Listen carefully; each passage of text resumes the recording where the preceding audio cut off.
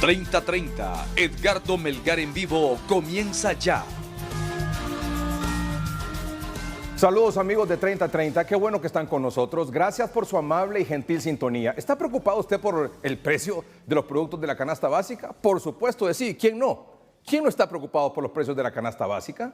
Que van para arriba constantemente, día tras día, semana tras semana, va en aumento. El precio de los combustibles, pues ni se diga. Para eso están nuestros tres invitados esta noche aquí en 30:30 para abordar ese tema de candente, tremenda actualidad, de preocupante actualidad. Usted, ama de casa, va al supermercado y se encuentra, o va al mercado, va a la pulpería, que cada día lo que compra cuesta más, está más caro, en efecto. Y a partir de mañana el precio de los combustibles, diésel, regular, el súper, también van para arriba. Nuestros tres invitados esta noche, la licenciada María Eugenia Covelo, ella es la directora ejecutiva de Copetrol, es el Consejo Hondureño de la Industria Petrolera. Gracias por estar aquí, licenciada, bienvenida.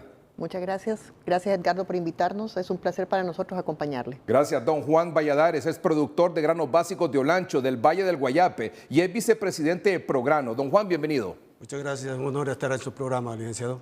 Gracias, don Juan. Don Santiago Herrera, gerente de Política Económica del Consejo Hondureño de la Empresa Privada. Don Santiago, bienvenido. Muchas gracias, periodista don Edgardo Melgar, amigos que nos acompañan en este panel y a su audiencia. Muy bien. Gracias por darnos el honor de acompañarlo esta noche. Gracias a ustedes por venir, por informarnos, por orientarnos, por interpretar qué es lo que está pasando, explicándonos qué es lo que puede venir. Ya don Santiago hace unos 15 días, fue hace un par de domingos, nos decía, mire, esto está así, esto viene de esta manera. Y en efecto, lo que él nos dijo ha estado ocurriendo en estos 15 días. Cuando comenzamos a hablar y se puso aquí en tapete de discusión, don Santiago, con usted, todas las consecuencias que estaba acarreando el conflicto allá entre Rusia y Ucrania, que la gente ve eso allá, lejano. Pero cuando ya comienza a analizar y a reflexionar un poco y a enterarse de las consecuencias que tiene, dice, bueno, primero Dios que esta gente se arregle lo más pronto posible, ¿verdad? No solo por el conflicto bélico y los muertos, sino que también por todas las consecuencias que trae para estos países pobres. Pero bueno, la noticia del momento es ese, el aumento de los combustibles a partir de mañana. Vamos con el aumento aquí en Tegucigalpa, por favor, atención, anote. Para el Distrito Central, es decir, para Tegucigalpa y Comayagüela, la súper aumenta mañana 2.87 el galón, la regular 2.58, el querosén 5.94, el diésel 4.43 y el gas LPG vehicular 72 centavos. Atención, este es el precio de combustibles a partir de mañana en Tegucigalpa. Ese es el aumento. Anótelo, por favor. Y ahora San Pedro Sula, 2.88 la súper, 2.53 la regular, querosén 5.91, 4.39 aumenta el diésel, gas LPG vehicular, 72 centavos. En San Pedro Sula, anótelo, por favor. Licenciada María Eugenia Covelo, este aumento, vamos a ver, ¿dónde es que está más caro el diésel? ¿Dónde va a estar más caro el diésel? ¿En San Pedro Sula o en Tegucigalpa? En Tegucigalpa. En Tegucigalpa, póngamelo de nuevo, por favor, el diésel. Diésel va a estar a 106.29 lempiras el galón. Licenciada María Eugenia Covelo, en alguna ocasión reciente hemos tenido 106 lempiras el galón de diésel.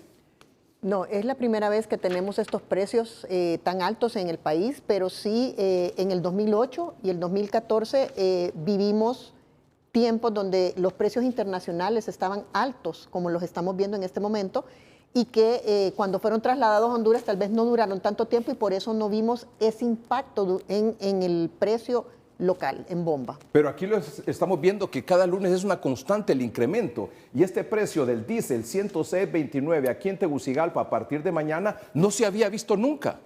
No, nunca se había visto y efectivamente estamos viendo una tendencia hacia el alza desde inicio del año. A inicios de año pues estábamos viendo que los precios estaban comenzando a aumentar porque las expectativas de lo que iba a ser el desarrollo económico del mundo, de que iba a haber aumento en la demanda del crudo y de los refinados, es lo que estaba haciendo que el precio comenzara a subir y estábamos viendo altos aumentos. Pero luego con la invasión de Rusia a Ucrania, pues ahí se terminó de disparar el precio y eso es parte de lo que estamos viendo en este momento. Hay muchos elementos que afectan el precio internacional del crudo. Para darle un ejemplo, hoy el precio ha bajado de $115 que estaba el viernes, hoy está alrededor de 107, 108 dólares. ¿Por qué? Porque ya se anunció que a partir de hoy Shanghái va a estar cerrado por 9 días por el rebrote de COVID que están teniendo tan fuerte. Hasta el COVID tiene que ver con el combustible. Todo lo que afecte la demanda y el suministro del crudo y de los refinados nos va a afectar los precios. Y dígame una cosa, nosotros como país meramente importador de combustibles, ¿podemos hacer algo con eso? Mire, ¿Con el tema precio? Con el tema precio no, porque como somos un país meramente importador, nosotros dependemos y la base inicial de nuestra fórmula, recuerde que somos un mercado controlado, la base inicial del precio es el precio internacional en nuestro caso de los refinados, no del crudo, ¿verdad? Y que es lo mismo que nos ocurre a nivel mundial, o sea, en toda la región vemos lo mismo, todos estamos sufriendo este mismo mal, que los altos precios del crudo y los refinados nos está haciendo que los precios internacionales suban. Y esto que estamos viendo aquí, ese 106.29, 4.43, próximo sábado creo que es 2, próximo lunes va a ser 4, ¿verdad? Es 4 de abril. 4 de abril. El 4 de abril, ese 106.29, ese 2.87 que aumenta la super, ese 2.58 la regular, el querosel 5.94, el diésel 4.43 y esos 72 centavos del gas LPG vehicular, para el primer lunes de abril, ¿va a ser más? Pues lo que estamos ¿La viendo, proyección es que sea un aumento constante? mire, por lo que se está viendo en las tendencias internacionales, podríamos casi decir que sí. Tendría que pasar algo extraordinario a nivel internacional, que tuviéramos una caída fuerte del precio durante toda esta semana para que el cálculo de los 21 días que tenemos en la fórmula revirtiera esos aumentos que hemos estado teniendo en las últimas semanas, ¿verdad? Entonces, O sea que vamos a estar viendo, este es un precio récord de los combustibles en el país y va para arriba. Y va para arriba y eso es, al menos que como le menciono, que haya tal vez que Ucrania y Rusia lleguen a ponerse de acuerdo y eso quite un poco de presión en los precios internacionales, pero tendría que ser algo muy extraordinario, que fuera un cambio dramático en esta semana completa para que no tuviéramos ese impacto. Qué tremendo.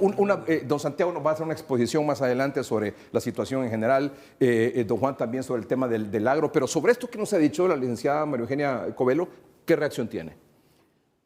Ricardo, ya pronto veremos un par de gráficas, pero este es el momento. Hay que decir lo siguiente.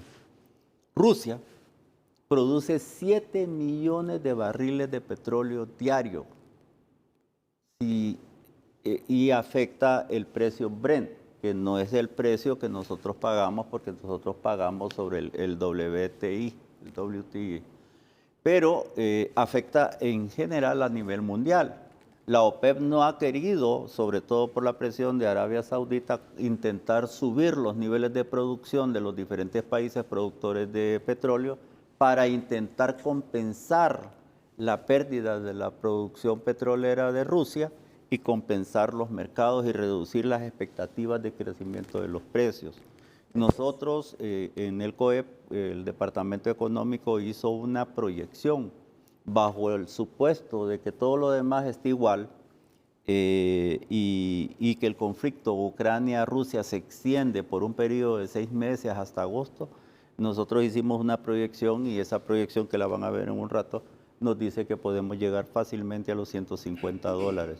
Y esos $150, ¿qué significa eso? Representaría $6 en el precio en bomba de gasolina super y más de $5 del precio en bomba de la gasolina regular. ¿Está hablando Estamos hablando de 147. 147, a 6 meses, estamos hablando de aquí a agosto, digamos. Póngame la gráfica nuevamente.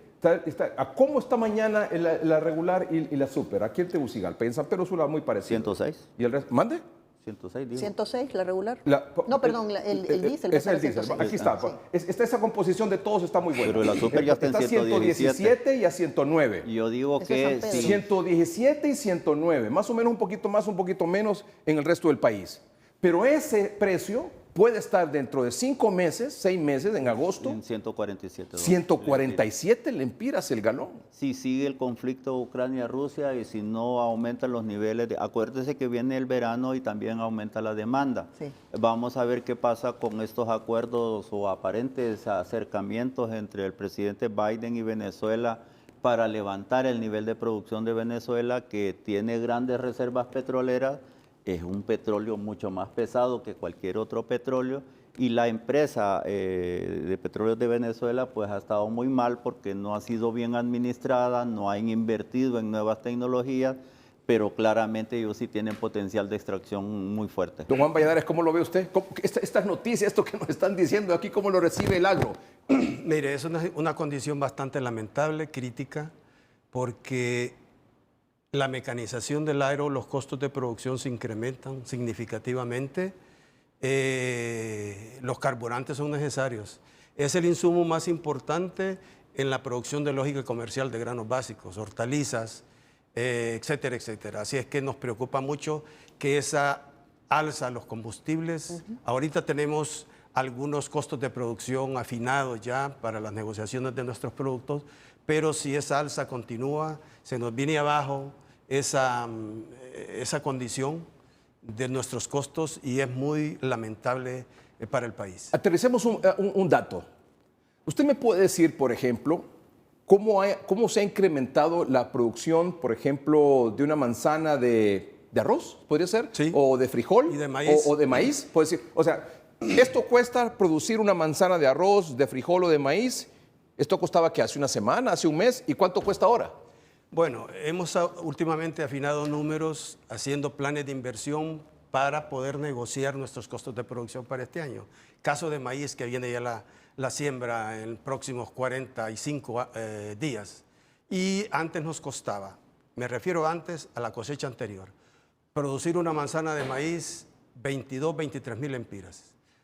De lógica comercial, tecnificada, semitecnificada. Ahorita nos está costando entre 38.000 y 40.000 empiras. Oh. Un incremento muy significativo, producto más del alza de los combustibles, producto del alza de los fertilizantes y de los insumos agrícolas, que en algunos casos los fertilizantes se han incrementado hasta en un 300%, los insumos todos en un 100%. Y ese incremento de 23.000 empiras, producir una manzana de maíz a 38.000, 40.000 empiras, eso va a parar ahí al consumidor. Correcto. Definitivamente. ¿Al precio de qué? De la tortilla. Al final, quien paga todo esto es el consumidor final, Y lógicamente. Y ese incremento de 23.000 empiras a 38.000, 40.000 empiras, una manzana de maíz, ¿es también para frijol y arroz? Más para maíz y arroz.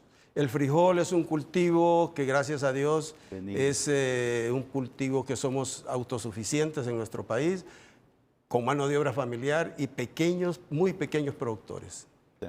Eso nos salva con el frijol, ¿verdad? Eso nos salva con el frijol y los costos se han incrementado, pero no tan significativamente como el maíz y el arroz. Licenciado, ¿usted quería hacer una acotación?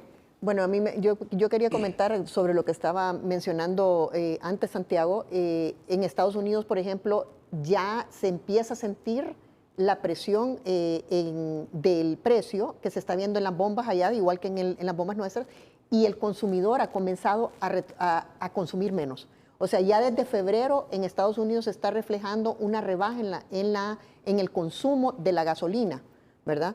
Que, como bien mencionaba Santiago, en esta época no es el producto, por ser época de invierno todavía, no es el producto principal de consumo, sino que es el diésel. Por eso también estamos viendo aumentos más fuertes en el diésel que lo que se está viendo en las gasolinas. Pero a medida vamos entrando al verano, eso se revierte y empieza a haber un mayor consumo de gasolinas y probablemente en ese momento de mantenerse la guerra y las circunstancias iguales, estaremos viendo un mayor aumento en las gasolinas. Yo miraba el otro día en noticieros internacionales unas enormes filas en una estación gasolinera. Porque era más barata. Porque estaba más barata, estaba $1, $2, $3 más barato. Pero aquí no hay competencia en la bomba. Pero aquí no hay competencia en la bomba. No. Yo miré unas filas enormes. Yo decía, ¿qué está pasando? ¿Se está quedando sin combustible en Estados Unidos o en esa ciudad? Andan buscando Y después vi la gasolinera. noticia y era que en esa estación gasolinera el galón estaba más barato. Pero unas filas interminables, ¿verdad? Aprovechando. Ya una cadena ¿Don Santiago? de gasolineras recientemente está ofreciendo una oferta que si uno llega a comprar en la mañana le venden a Las compañías están poniendo sus políticas Hay que promover eso, fidelización, licenciada, hay que promoverlo. a sus clientes y están poniendo ofertas para beneficio de cada uno de sus consumidores y están ofreciendo descuentos quisiera a ciertas horas y en ciertas gasolineras, no generalizado. Sí, no generalizado. No es una política de todo el mundo. Un momentito, antes don Santiago quería decir algo. Don Ricardo, mira, uno quisiera decir que el conflicto allá está tan lejos que no nos afecta. Hace un momento platicábamos con Juan allá afuera, con Ismael también, ¿verdad? Sí. Y les comentaba lo siguiente, y resulta que el 85% del contenido de la urea es gas natural. Y ese gas natural pues está al doble. Está al doble. Entonces, bajo el supuesto, y los mayores productores de Es urea Rusia. son Rusia, y entonces si están en conflicto, la primera pregunta, ¿estarán trabajando las plantas? Primera pregunta. Segundo, supóngase que sí, y que yo logro poner un contrato, una compra de un contenedor o 2 o 3 contenedores de urea, ¿consigo barco en la zona de conflicto? No. Que 15 de cada 100 marinos son ucranianos o rusos, y no consigo porque el pasaporte está bloqueado. Que no logro abrir una carta de crédito con un banco ruso porque están bloqueados los sistemas internacionales de pago. Eso, las sanciones. Entonces nosotros en este momento sí tenemos suficiente fertilizante para el ciclo de primera. El inventario nacional lo tenemos para atender la primera, pero para allá, para el ciclo de postrera probablemente no lo vamos a tener, y eso nos va a llevar a que tenemos que hacer dos cosas. Uno, racionalizar el uso del fertilizante en los suelos, revisar las fórmulas, hacer los análisis de suelo, porque sabemos que ya los suelos, por más fósforo que le pongamos, ya no aguantan. Necesitamos ver esas fórmulas más baratas y necesariamente empezar a pensar en los fertilizantes orgánicos, que ya hay producción nacional, tal vez no suficiente, que haya sido probado tal vez por DICTA en cuanto a los niveles de productividad, para asegurarnos de que nuestra gente que siembra va a tener los rendimientos necesarios para poder compensar la seguridad alimentaria y evitar que los precios de la comida se nos vaya para arriba, porque eso es lo que tenemos que hacer, porque el precio, como ya vimos, el precio del combustible no lo vamos a parar, Sí, pero sí tenemos que intentar ayudar aquí para evitar que esta canasta básica de comida se nos vaya para arriba, porque tenemos que proteger a nuestra gente. Tenemos 17 minutos y no he escuchado algo que me diga, que ver una luz en medio de todas estas tinieblas, esta situación horrorosa, tenebrosa que estamos viendo, ¿verdad? De lo que ya estamos viviendo y de lo que viene a continuación si esta situación persiste. Es terrible, don Juan. Y lo lamentable, licenciado y compañero, es que como sector le apostamos a la seguridad alimentaria de nuestro país, a producir los granos, la dieta básica del pueblo. Estoy de acuerdo con eso, pero la pregunta que le hago es, voy más allá, disculpe que lo interrumpa. Quiero formulársela bien. ¿Están motivados para hacerlo? A eso iba a llegar, de que ahorita con esta crisis, con estas circunstancias actuales, el productor está desmotivado, no tiene condiciones. Está temeroso, primero por el cambio climático, que está y no lo podemos desapercibir, el financiamiento, que ahora se está duplicando los costos de producción prácticamente. Estamos requiriendo el doble de capital para poderlo invertir en la tierra. Correcto. Y las condiciones actuales que tenemos. Bueno. La desmotivación este año le apuesto, y con mucha responsabilidad lo digo, como está la tendencia, a como están las circunstancias, se va a sembrar un 20% menos de la producción del área del año pasado. Cada año venimos en descenso. Lógico, la rentabilidad de la actividad se reduce cada año más, tenemos más problemas, estamos expuestos más al cambio climático, no hay infraestructura, no hay inversión en el campo con infraestructuras de riego para tener asegurada la producción, que es la variable más importante, el agua. Y el productor no está decidido completamente para poder seguir desarrollando su actividad económica. Esa reducción en la cantidad de producción de granos básicos puede llevarnos a falta de comida, falta de maíz, falta de frijol, falta de arroz. De hecho, somos completamente dependientes, somos importadores. Apenas producimos en maíz el 48%. Importamos el 52% de la necesidad de la demanda de maíz del país. Y apenas producimos en nuestro país 1/3 de la demanda nacional de arroz. Lamentable. Tenemos potencial para al menos ser autosuficientes, pero no hay condiciones, no podemos competir. Y a eso nos llevó el Tratado de Libre Comercio. Favorecer un sector, lógicamente que bien para ellos, pero nos dio al traste a los productores nacionales porque no podemos competir, en primer lugar, con una agricultura subsidiada, con una agricultura de escala y una agricultura con condiciones climatológicas el doble mejor que la nuestra. Entonces, por muy eficientes que seamos, no podemos competir con los productores. Esa producción que viene hacia abajo. Y ha venido ¿Sí? hacia abajo. Mire, en los años... ¿Podríamos tener escasez de producción de granos básicos este año? Sí, podríamos. ¿Para cuándo más o menos cree usted que eso Mes podría de ocurrir? septiembre, octubre que sale la cosecha de primero. Septiembre, octubre, noviembre. Se siembra en mayo, junio, la cosechamos finales de septiembre, octubre, noviembre. Si no hay producción a esa fecha, producción nacional, se va a tener que importar necesariamente cantidades muy significativas de maíz principalmente. Pero importamos actualmente 14 millones de quintales de maíz a un promedio de $15 por quintal, valor FOB, más costos de internación, etcétera, etcétera. Estamos invirtiendo, erogando divisas, miles de millones de lempiras anualmente en un rubro que podemos ser al menos autosuficientes para poder producir lo que el pueblo de Honduras demanda para frijoles, arroz y maíz. Y lejos de ir aumentando esa producción, más bien ha ido disminuyendo. Así es. Maíz y arroz. Esa es la tendencia. Esa es la tendencia. Y esto, últimamente, más elevada esa tendencia, más esa brecha más ancha. Qué tremendo. Permítame hacer una pausa comercial. ¿Regresamos con su presentación, don Santiago? Bien, vamos a ir rápidamente porque ya nos queda poco tiempo. No, pero tengo que ir a hacer un corte comercial. Ok, para dale. que hagamos esta presentación. Dale. Dígale a nuestros amables televidentes, ¿cuál es el titular de esa presentación? No, básicamente, ¿qué hacemos? Porque no podemos seguir llorando sobre lo que no podemos controlar. El precio del combustible va a ir para arriba, sí o no. Y los efectos sobre el país están. O hacemos algo o nos dañamos. Nos complicamos más Nos de lo que ya complicamos estamos. más de lo que ya Más de estamos. lo que ya estamos.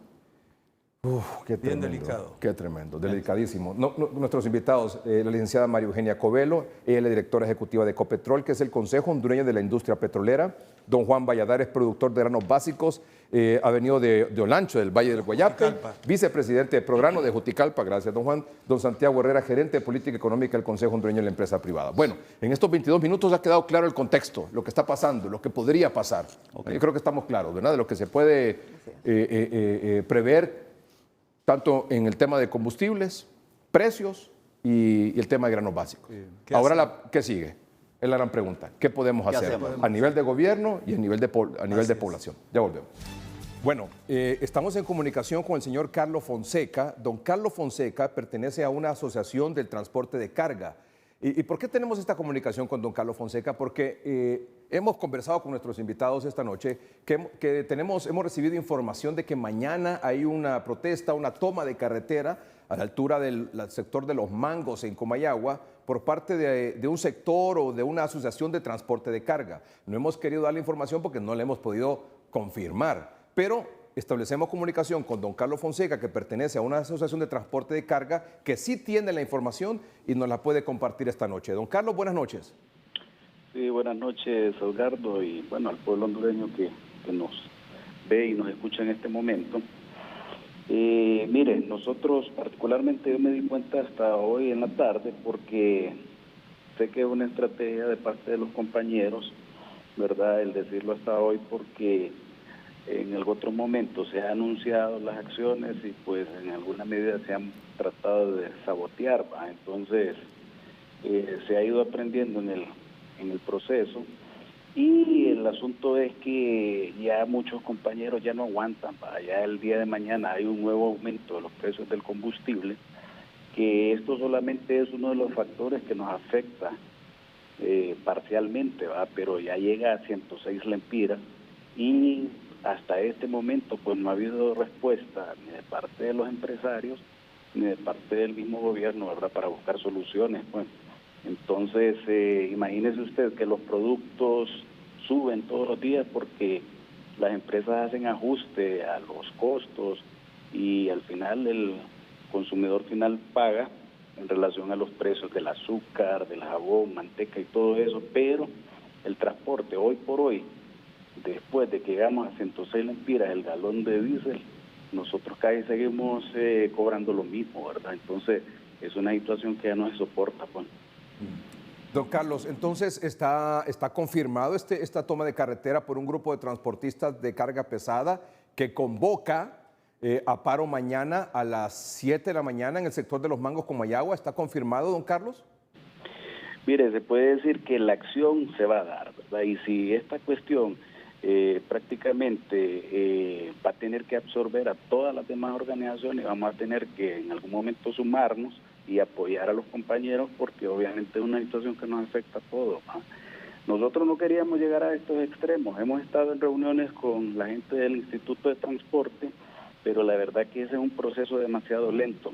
La administración pasada estuvimos 6 años en reuniones y nunca buscaron la solución, ¿verdad? Entonces, como le digo, no solamente nos afecta el aumento en los precios del combustible, también está lo que todo afecta, ¿verdad?, en relación a la canasta de insumos que nosotros necesitamos, y sí nos estamos viendo bastante afectados.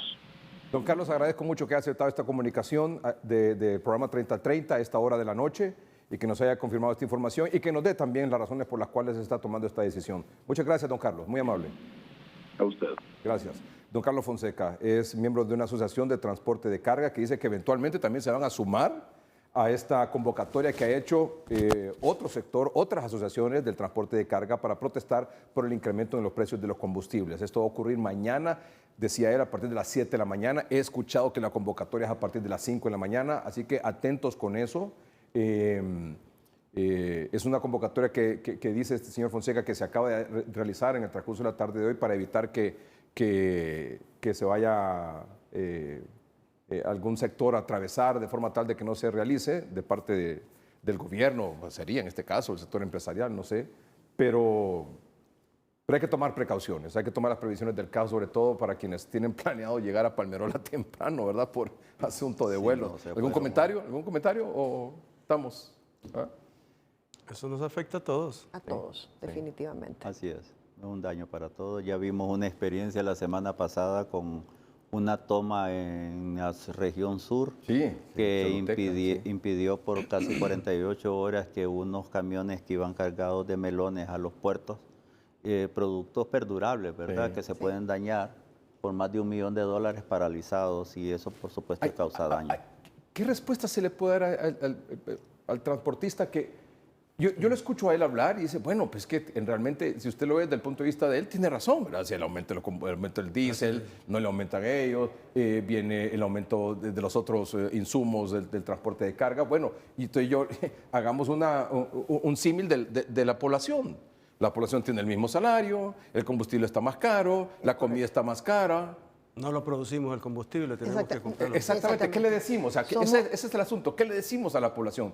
Primero, esto es algo que no solamente nos está ocurriendo a nosotros, esto es algo de impacto mundial que está afectando la inflación de todo el mundo y que está afectando a todos los diferentes sectores. Entonces, tomar medidas de este tipo simplemente complica un poco más las cosas. Para el país, en la producción, nos para la parte de producción, nos para, o sea, si ellos al tomar las carreteras, ¿qué pasa? Por ejemplo, los camiones que vienen con combustible para la zona centro a suplir las gasolineras, van a dejar esa gasolinera sin combustible. Entonces, si usted está acostumbrado a ir a esa gasolinera, de repente se va a encontrar que el gasolinero no tiene combustible y empieza a causar problemas en todo el movimiento, y todos estamos en el mismo barco. Toda la cadena de suministro se afecta. Entonces, estamos todos en el mismo barco, no es que solo ellos. Entonces, no, yo le decía, comenzamos el programa con la señora de la casa, el señor de la casa que va a ir a comprar mañana a la pulpería, al mercadito, al supermercado, al mercado. O sea, esto está afectando a todo el mundo. Y escuché un rumor por ahí, don Santiago, dígame en 30 segundos su reacción de un incremento unilateral al salario mínimo. No. Hasta donde nosotros tenemos conocimiento, la Comisión de Salario Mínimo sigue vigente. El sector privado está listo para volver a la mesa. Hemos solicitado a la señora secretaria de Estado en el Despacho de Trabajo y Seguridad Social que se convoque a lo más pronto posible a la comisión para volverse a sentar con los demás actores y poder hablar seria y responsablemente de esta situación. No hay ningún problema, el sector privado no se ha retirado de la mesa y no se va a retirar mientras se mantenga el diálogo y somos muy serios y responsables y estamos listos para volver a la mesa. Es que esta semana aumentó 5 lempiras la carne de res. Sí. Pero esperemos entonces... 5 lempiras la carne de res esta semana. ¿Qué otro me estaba diciendo? ¿Sí? Los frijoles también. Sí. Es decir, ¿qué hacer? Eso ¿Qué es lo podemos importante. hacer? Eso es lo importante. Vamos a ver.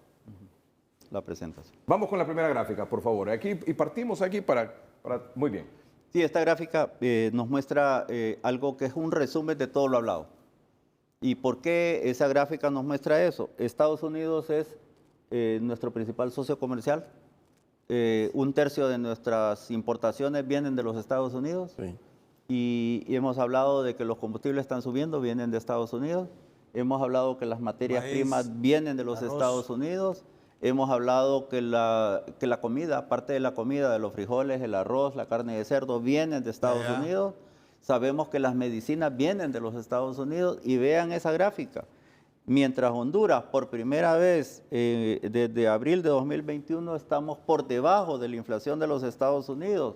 La inflación de Estados Unidos 7.90 y la inflación de Honduras en 6.37 a febrero. No quiero ni ver los datos de marzo. Y esto lo que nos afecta es la estructura de costos de todos los actores. Ahorita usted me preguntaba, ¿qué hacemos? ¿Cómo le damos ¿Qué respuesta hacer? al transporte? Al corto Pero plazo. el problema es que el empresario, y no digamos el MIPYME, está enfrentando costos de materia prima, costos de combustible, costos de flete. Recuerde que también está subiendo la energía eléctrica fuertemente, ¿verdad? En 3 trimestres, 34%. El 1 de abril seguramente un nuevo ajuste, más el subsidio cruzado que ordenó el gobierno para pagar la energía de los que no pagan, de 7.9% aproximadamente es el costo adicional hasta ahora de la energía, y eso implica un fuerte impacto en las empresas de media y alta tensión. Entonces esto afecta a la estructura de costos. Pero entonces, esta gráfica nos dice... que la estructura de costos en general está afectada y no necesariamente por efectos internos. Efectos internos van a ser cuando se den las circunstancias como las que planteaba Juan Valladares allá en octubre, noviembre, cuando tengamos el primer ciclo de cosecha y que no tengamos suficiente producción, porque ahí entonces sí se nos afectaría fuertemente la presión de los precios por un asunto interno. Pero por ahora los efectos son de origen externo y tal vez valga la pena aprovechar los últimos minutos, el licenciado Melgar, para ver qué hacemos. Y me gustaría que pasáramos a la siguiente lámina. Aquí dice, propuestas del sector privado para hacer frente a la crisis inflacionaria. Así es. Nosotros el jueves, en una conferencia de prensa, dijimos varias líneas y no son las únicas. Son las que en este momento propusimos, pero pueden haber muchas más, porque esto debe ser producto de un acuerdo entre actores. El gobierno solo no puede enfrentar una crisis de esta naturaleza. La empresa privada le está diciendo al gobierno, aquí estamos. El canal de comunicación de nuestro presidente con doña Xiomara, con sus ministros de Desarrollo Económico y los demás, está abierto y permanente. Y si nos piden apoyo técnico, lo hacemos. Pero hay que hacerlo ahora. Ahora y no mañana. Hay que hacerlo ahora, por todo lo que estamos viendo, por todo lo que está pasando, por todo lo que nos han dicho ustedes, que son los expertos en el tema, que va a venir. Bueno, entonces por eso nosotros propusimos, 1, crear una mesa interinstitucional para preparar un plan de emergencia energético. Tenemos que sentar a los actores allí, a decir qué hacemos, el plan de acción concreto para enfrentar la crisis energética. La crisis energética es energía, combustibles y todos los efectos colaterales que ya conocemos. Segundo, tenemos que elaborar una política de eficiencia energética. Las compañías, miren, el BESIE, por ejemplo, tiene financiamientos verdes de fondos Corea, creo, que podrían estar ayudando en líneas de crédito para apoyar a las empresas y a las familias a sustituir equipos ineficientes por equipos eficientes. Tenemos que desarrollar una cultura que solo la hacemos en crisis, lamentablemente, de ahorro de energía, apagar los focos, cambiar los equipos por equipos menos consumidores de energía. Correcto. Tenemos que utilizar lámparas LED en todo el país, en el alumbrado público, y lámparas LED en las casas para ahorrar energía. Es correcto. O sea, el combustible, tenemos que, aquí cada vez que hablamos de ahorrar combustible se piensa en el hoy no circula. Generalmente causa más problemas ¿Qué soluciones? ¿Qué soluciones? Sí, pero eso no quiere decir que no ahorremos combustible, ¿verdad? Si en su casa tienen más de un carro, por favor, tenemos que ahorrar combustible, hacer ahorro. Programar las salidas. Si nosotros, exactamente, reducir las salidas de casa. Sí, que hay mandados que se pueden hacer en un solo viaje, no que el carro va y luego regresa y luego vuelve a ir. O sea, Son una serie de medidas. Las rutas para no gastar tanto combustible. También ahorrar en la cocina, cuando cocina frijoles o cuando plancha, o cualquiera de esas medidas. No le corresponde solo al gobierno ahorrar. El gobierno puede hacer cosas para ahorrar. Por ejemplo, no quisiera pensar que el centro cívico gubernamental opere en una semana con el 50% y en la otra semana con el 50%, por ejemplo. El gobierno puede hacer su parte. Claro. Nosotros en las empresas podemos hacer algún ejercicio cuando no afecte el ciclo productivo. Claro. Correcto. Pero nosotros en la casa también podemos hacer cosas, porque esto no es una crisis que solo le corresponde solo al gobierno. Eso no podemos decirlo. Tenemos que elaborar un plan de contingencia para No, teníamos que crear una política de subsidios. perdón. ¿Quería esa? ¿Sí? ¿La segunda? Sí, crear Sí, una política de crear una subsidios. política, perdón, crear una política de subsidios a fin de ordenar, regularizar y analizar el impacto fiscal, económico y social de los subsidios aplicados hasta el momento. Exactamente. Y los que se podrían aplicar en el futuro. Lo que decimos es que el gobierno claramente tiene un espacio fiscal limitado. No puede estar regalando el dinero solo porque sí. Tiene que haber una política racional de subsidios sostenibles, pero sobre todo productivos. Porque en otra medida nosotros, por ejemplo, sugerimos el subsidio al fertilizante, porque ese nos va a pegar en la comida. Pero ese tiene un rendimiento y un retorno social para el país. Así es. No es lo mismo dar un subsidio que le regale el dinero a alguien por alguna razón, que un subsidio que le va a causar un beneficio al país porque puede incrementar. Si nosotros llegáramos a lograr así es, 2 millones de quintales de maíz porque logramos 50 quintales por manzana de producción porque usamos correctamente el fertilizante, Juan sabe más que eso, yo no sé de eso, pero eso es mucho más productivo que regalar un subsidio y botar la plata. Pues implementar un esquema de trabajo híbrido donde se pueda. Sí, lo que decía usted, ¿verdad? Hay 50% sectores que sí pueden, hay sectores que no pueden. Es correcto. Elaborar una estrategia para modernizar el transporte colectivo y posicionarlo como una alternativa segura para los hondureños en momentos de crisis como el actual. Pero aquí las Fuerzas Armadas, la policía, deberían de estar ahí, ¿verdad? En el control del transporte colectivo, de forma tal de darle mayor seguridad y más gente lo pueda usar. Y la solución no es paro, porque eso lo que hace es agravar los problemas. Exactamente. Sí, hay que sentarse y hay que hablar seriamente de los temas. Elaborar un plan de contingencia para afrontar posibles efectos adversos de ruso-ucraniano. El conflicto sigue. Cada vez sigue más. Así es. Fortalecimiento de los instrumentos financieros disponibles para garantizar la liquidez a través de fondos de garantía y Banprovi. Sí, miren, en los años anteriores, con la pandemia, el gobierno de la República puso, por ejemplo, el agrocrédito. El primero se llamaba 8.7, de ahí pasó a 5 algo, ¿verdad, Juan? Pero los fondos siempre limitados. No importa cómo se llame. Se llama agrocrédito 8.7, como le quiera poner. Hay que poner los fondos en Banprovi para financiar al sector productivo, al agro, a la MIPYME. Necesitamos líneas de crédito con buenos plazos y buenas tasas de interés para impulsar la producción y la generación de empleo. Porque recuerde que la peor crisis que puede tener una familia es cuando pierde ingresos porque uno de sus miembros dejó de trabajar. Así es. Y ahí necesitamos crédito para MIPYME, necesitamos créditos para vivienda social, para vivienda media, para poner a trabajar a la gente. Cada vivienda social te genera 4.5 puestos directos, 3.5 por cada puesto indirecto.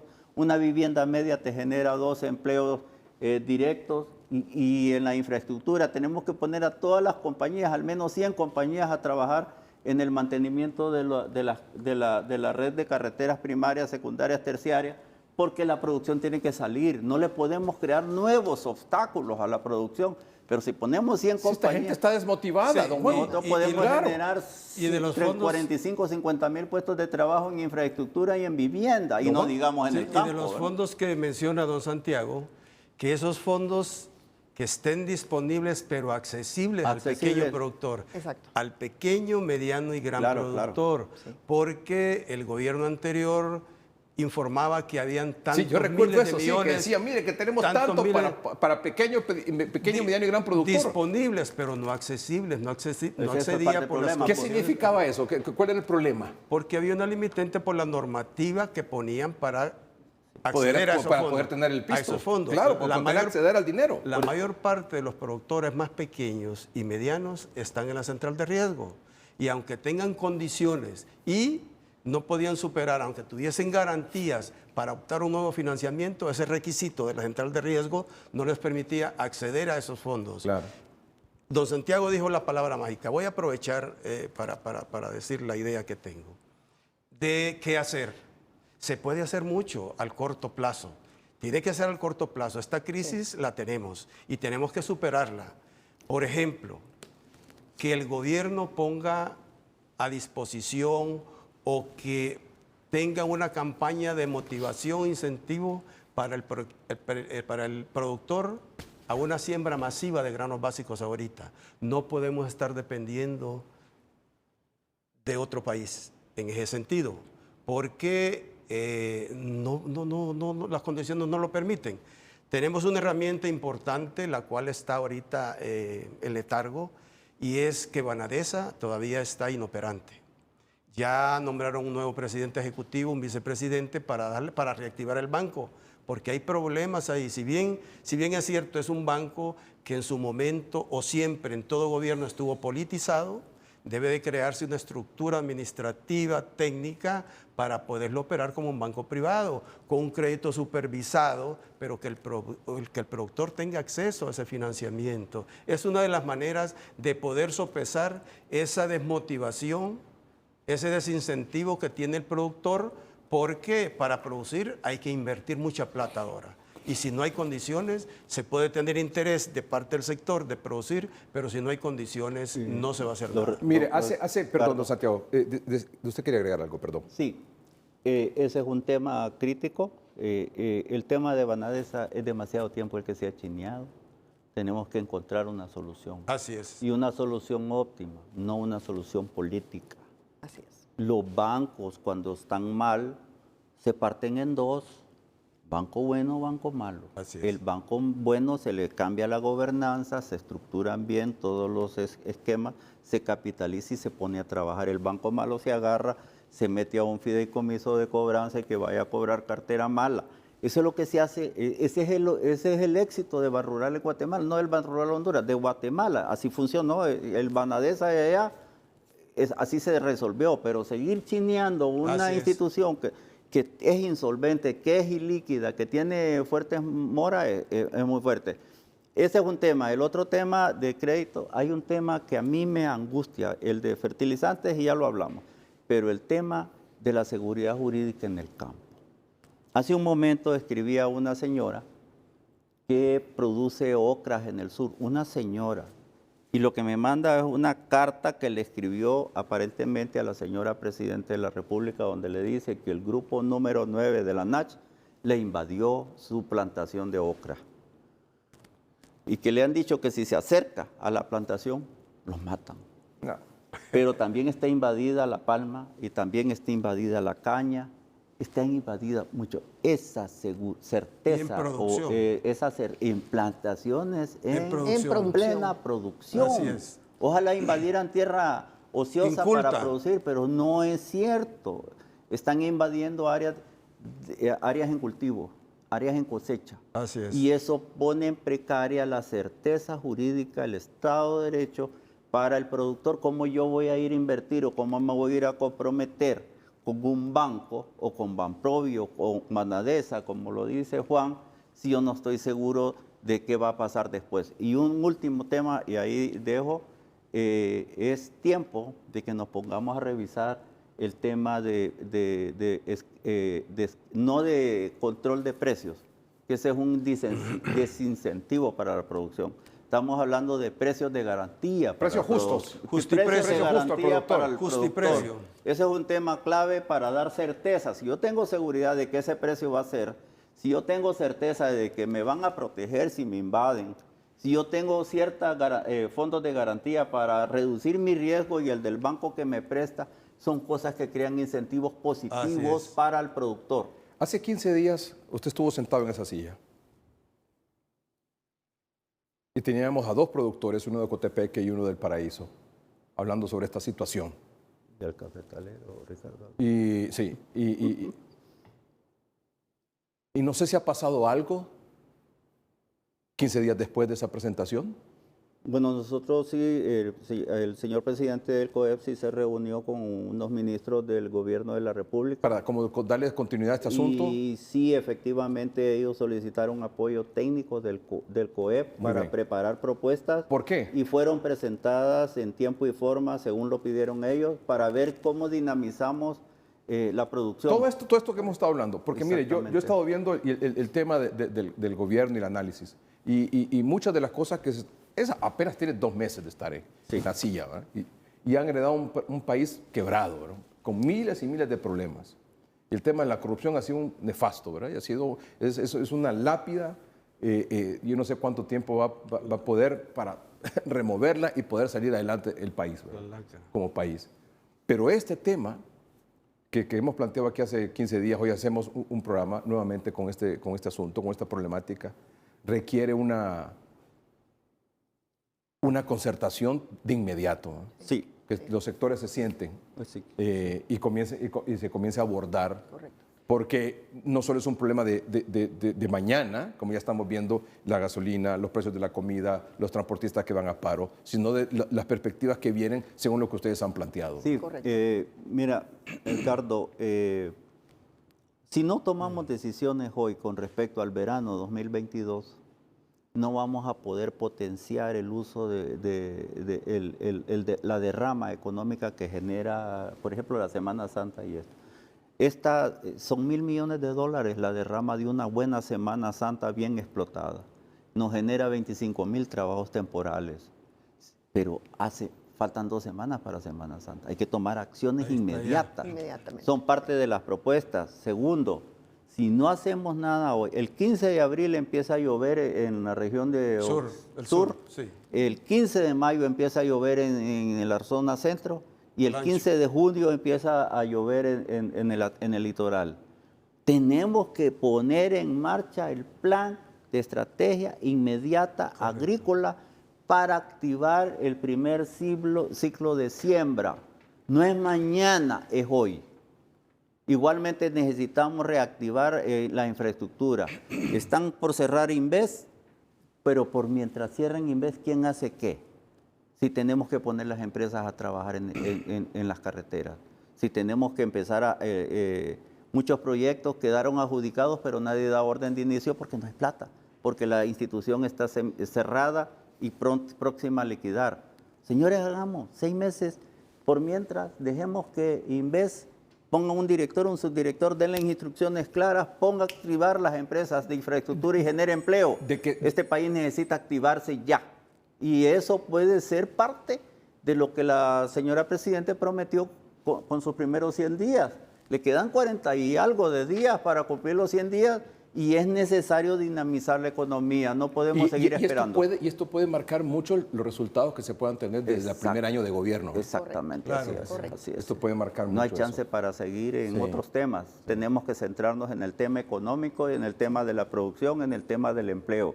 Si no, vamos a tener una crisis social mucho más acentuada de la que ya tenemos y creo que nadie necesita eso porque es caldo de cultivo para una inestabilidad en el país y un riesgo de polarizar más la situación. No podemos darnos ese lujo. No hay ningún grado de libertad para hacerlo. O nos podemos trabajar todos hoy o el país no sale adelante. Clarísimo. Gracias, don Santiago Herrera, gerente de Política Económica del Consejo Hondureño de la Empresa Privada. La licenciada María Eugenia Covelo, ella es la directora ejecutiva de Ecopetrol, Consejo Hondureño de la Industria Petrolera. Don Juan Valladares, gracias por venir desde Juticalpa, productor de granos básicos del Valle del Guayape y vicepresidente de Prograno. Muchas gracias por haber estado con nosotros. Gracias. A la orden. Cerramos, sí. Breve. Por favor. Lo más importante en toda sociedad, en todo país, es la seguridad alimentaria. Sin alimento no hay sustento, sin comida no hay vida. Creo que el gobierno tiene obligatoriamente, imperiosamente, obligatoriamente de motivar al productor a cultivar lo que hacemos nosotros, a producir el alimento básico, y hay muchas maneras de poderlo hacer, ¿verdad? Ahorita, actualmente, lo que dijo es qué hacer al corto plazo, inmediato, desarrollar una campaña de motivación, crear condiciones de competitividad para los productores para que desarrollemos lo que sabemos hacer. Muchas gracias, Lindsay. Muy bien, muchas gracias. Para nosotros es importante, creo yo, para apoyar todas estas ideas que se han dado, es que efectivamente el país, para poder salir adelante y poder generar ese empleo adicional que tanto ha promovido el nuevo gobierno, es la parte de la seguridad jurídica. O sea, de manera que los empresarios se sientan seguros de que van a invertir su dinero y van a tener las reglas claras de juego para poder seguir adelante. Y cada uno de nosotros, no solo las empresas, nosotros como hondureños, cada uno tenemos que aportar nuestro granito de arena para ir ayudando al país en estas circunstancias tan difíciles. Tenemos que ahorrar cada uno de nosotros, como bien expuso Santiago al inicio, no solamente en el uso del vehículo, sino que también en el uso de la energía en nuestro hogar. Muy bien, tenemos que despedir el segmento. Dígame, don Santiago, lo último. Diálogo. ¿Perdón? Diálogo. Diálogo, consenso. Claro, diálogo ya. Trabajo. Concertación ya. Trabajo conjunto duro ya. Y ahí nos involucramos todos. Inversión, producción y empleo. Gracias. Esa es la mejor protección social. Vamos a una pausa comercial, ya regresamos. Tremendo este primer segmento del programa, ¿eh? Tremendo, tremendo. ¿Dónde estamos? ¿Aquí en la 2? ¿En la 1? ¿Dónde? La 1, finalmente. Muy bien. Tremendo, tremendo. Es un trabajo que hay que hacer mucho, mucho, mucho de parte del gobierno, junto con los sectores, para que el país y sobre todo la población no sienta tanto estos efectos de todo lo que nos está pasando en el exterior y lo que hay que comenzar a reconstruir internamente. Pero es un trabajo que hay que hacerlo en equipo, es un trabajo que hay que hacerlo con todos los sectores y el liderazgo, por supuesto, del gobierno, para que esto realmente camine, tan pronto como evidentemente la circunstancia lo demanda. Doctor Omar Videa, buenas noches. ¿Está ahí, doctor Omar Videa? Buenas noches. Hola. Muy buenas noches, licenciado. Muy buenas noches, licenciado Edgardo Melgar, de la audiencia de 3030. Estamos listos para seguir analizando, como domingo tras domingo, el acontecer del COVID-19. Muy bien, gracias, doctor. Bueno, lo último que aquí en 3030 y en Hoy Mismo, usted sabe que le estamos actualizando con lo último que está pasando. Desde febrero, con el doctor Omar Videa, aquí se planteó la necesidad de una cuarta dosis, es decir, una segunda dosis de refuerzo. Luego en marzo hemos seguido con el tema, ahora, y finalmente ya en Estados Unidos la FDA ha anunciado este fin de semana, o sea, ayer sábado, que se espera, los especialistas, los conocedores de este asunto, se espera que la FDA apruebe inyecciones adicionales de refuerzo de COVID-19 para adultos mayores de 50 años la próxima semana. Esto fue publicado el 26 de marzo por CNN en inglés. En Google se hace la traducción al español, que es esta que está aquí. Y la noticia es que, si lo puedes subir un poco más, por favor, se espera que la administración Biden dé a los adultos mayores la opción de recibir un segundo refuerzo de la vacuna contra el COVID-19 tan pronto como la próxima semana, es decir, esta semana. Dos fuentes familiarizadas con los planes del gobierno dijeron que la Administración de Drogas y Alimentos de Estados Unidos planea autorizar una cuarta dosis de las vacunas de Pfizer y Moderna para adultos mayores de 50 años la próxima semana. Muy bien, esa es la noticia. Vamos con la portada de nuevo.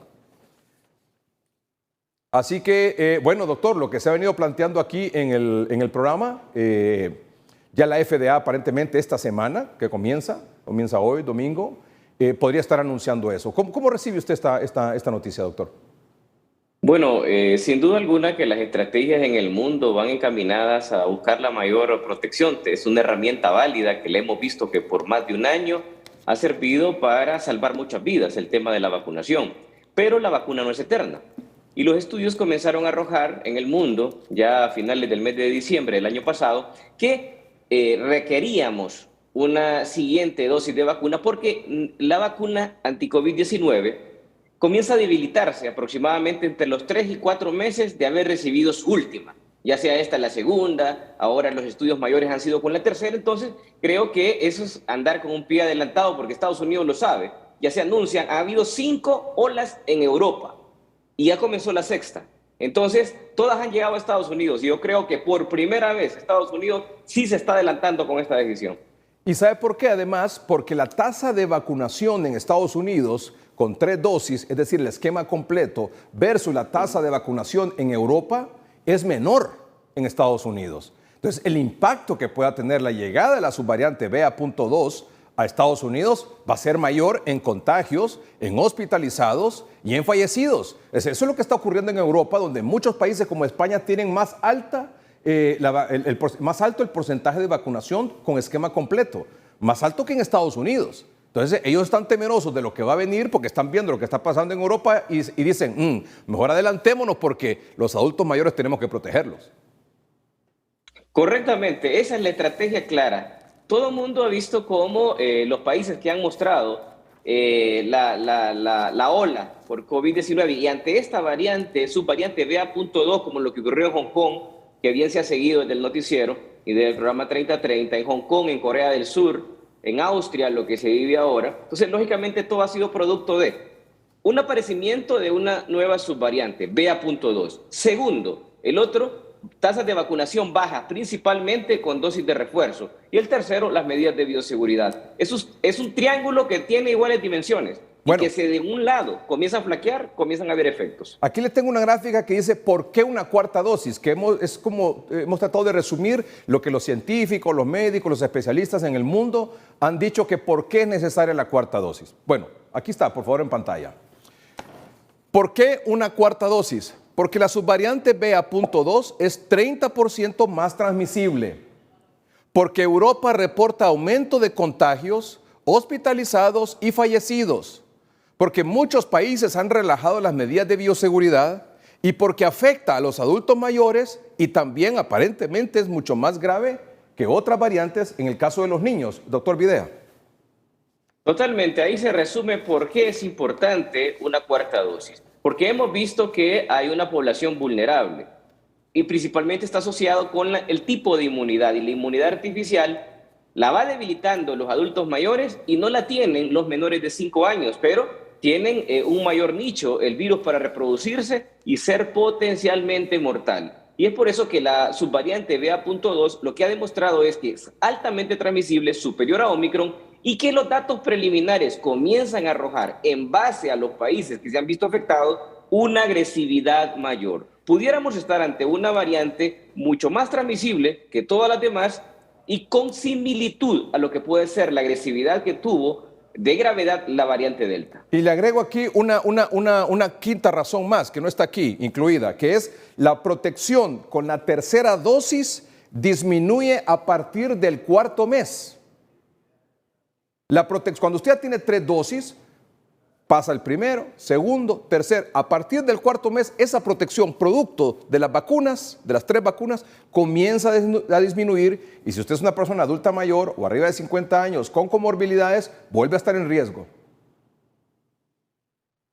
Correcto, eso es lo que ocurre. Se pone en una condición favorable para el virus. Aunque usted siga medidas de bioseguridad, lógicamente la inmunidad se debilita y con variantes tan transmisibles como esta subvariante BA.2, entonces es presa fácil y es los nichos para seguir reproduciendo el virus. Doctor, ¿cuáles son los beneficios? Ya vimos el por qué, hemos recogido esa información, la hemos resumido de distintas fuentes, de distintos estudios y lo mismo con los beneficios de esta cuarta dosis. ¿Qué nos dicen? Primero, que los estudios indican una buena respuesta de anticuerpos y seguridad para el paciente que recibe la cuarta dosis.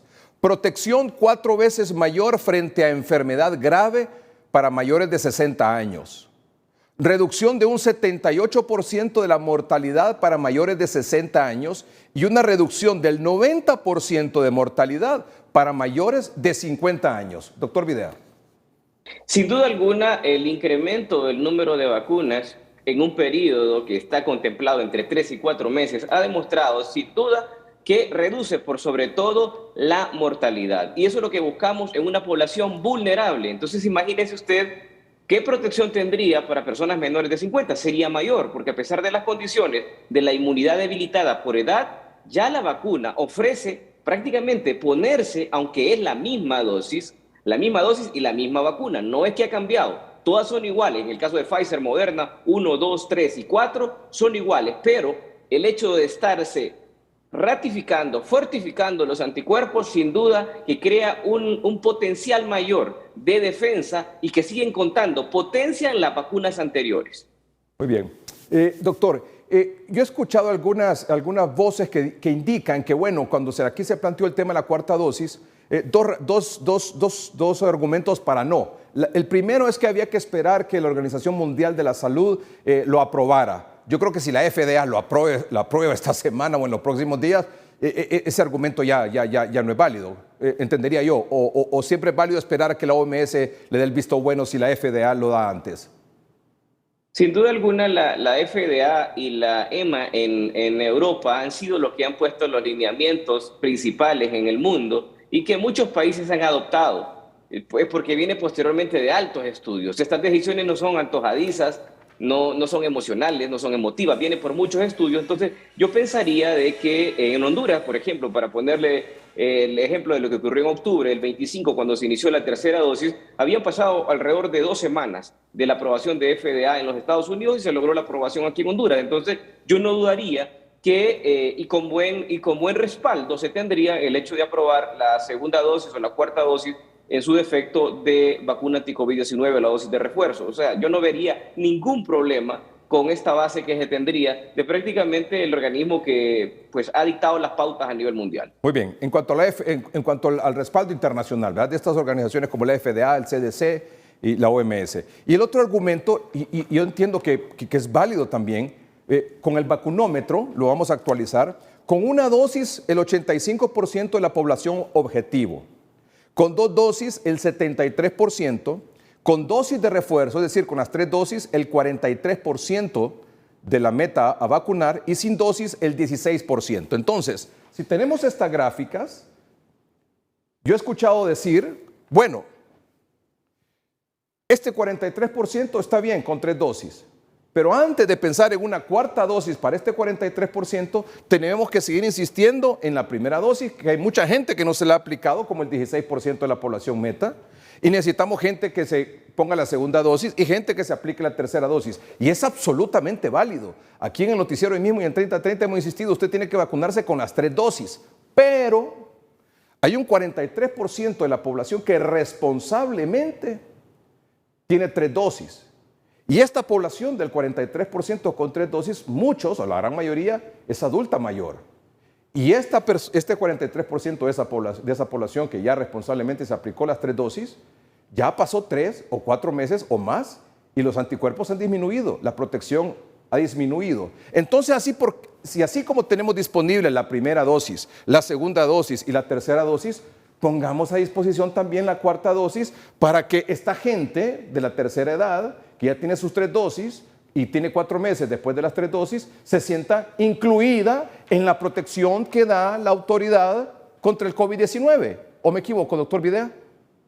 Muy correcto, la apreciación. Sería excluyente de una población que es de 1.8 millones de personas. Representa el 43% de los aptos, o sea, son todas las personas mayores en este caso, de 12 años, que ya está autorizada para ellos la tercera dosis. Esos son 4.2 millones en Honduras, de los cuales 1.8 ya se aplicó la dosis. Y es 1.8, como usted bien lo dice, en su mayoría son personas mayores de 60 años. Y que por ende no podemos ser excluyentes. Hay que formar estrategias en los diferentes elementos que tenemos pendientes. Hay que buscar esos 966,000 personas que no se han puesto dosis de vacuna, ni una tan sola. Pero una estrategia para cada grupo, pero no puede excluir usted o limitar a la población que, como usted lo ha dicho, con buen juicio, con buen tino, ha tomado la decisión de estar completamente vacunado y que eso les ha valido a este 1.8% estar vivos, porque eso no lo podemos dejar. Sí. 1.8 millones. Así es. Así es, muy bien. Ya regresamos. Una consulta, doctor Videa. Mucha gente está llamando para preguntar, ¿usted cree que aquí cuando se apruebe, se va a aprobar la cuarta dosis para arriba de 50 años o de 60 o 65 años en adelante? Yo creo que las autoridades de gobierno muy probablemente adopten la medida de 65 años. La más prudente debería de ser 50.